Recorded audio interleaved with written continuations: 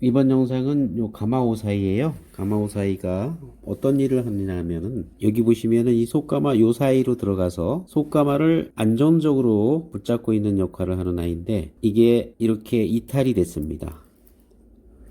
전문가들은 이걸 보고 바로 원위치로 돌려놓고 작업을 하겠지만 초보님들께서는 가마를 맞춘다고 이 상태로 가마를 맞추게 될 수도 있어요. 그러면 잘 맞춰지도 않겠지만 이렇게 돌아다니는 거 보이시죠? 예, 돌아다니다가 가마오 사이 부근에서 멈추고 하죠.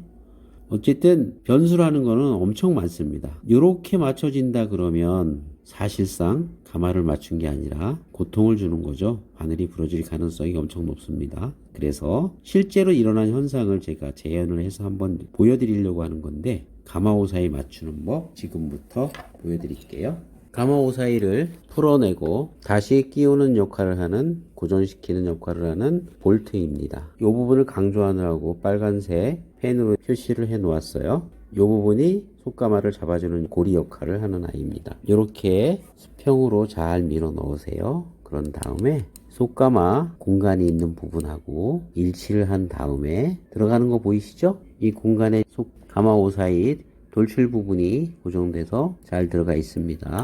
이 상태에서 볼트를 이용해서 가마오 사이를 고정을 시켜주세요. 가마오 사이는 이처럼 정상적으로 가마와 가마오 사이 혹이 나와 있는 부분 공간이 있죠.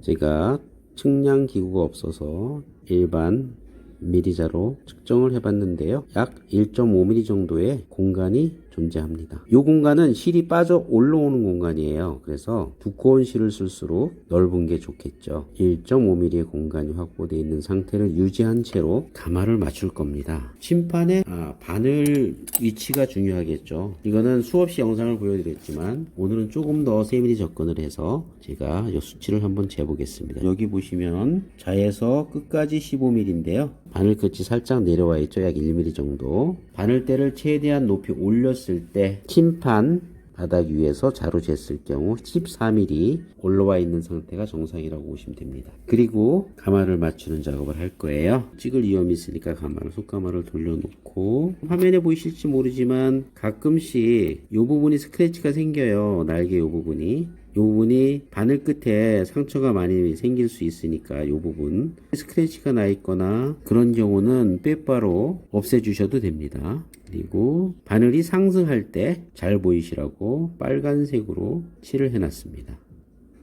바늘이 상승하는 타이밍에서 바늘구멍 위 1.5에서 2.5mm 정도 지나가는 위치에 고정을 하고요. 아주 미세하게 밀릴 정도로 세팅을 하시면 됩니다. 볼트가 3개가 있는데 같은 장력으로 잠궈 주시고 여러 번 반복해서 고정을 해주세요. 그래야 균형이 맞습니다. 한쪽으로 너무 잠그시면 안 돼요. 네, 아주 잘 맞춰졌고요. 살짝 밀면서 약 2에서 2.5mm 정도 바늘구멍 위를 지나고 있습니다. 이렇게 가마 맞추는 방법 설명드렸고요. 가마 맞출 때는 이렇게 톱니를 뒤쪽으로 원래는 이제 이렇게 있었죠. 이 위치에 있었는데 이렇게 놓고 보시면 굉장히 시야 확보가 안 되기 때문에 나사를 많이 풀어서 이렇게 고정하시는 게 시야 확보에 좋으니까 이렇게 꼭 하시고요. 반대로 톱니를 다 빼는 것보다 이렇게 안쪽에 놓아두셨다가 끼시면 훨씬 편리하게 원래대로 고정을 시킬 수가 있습니다.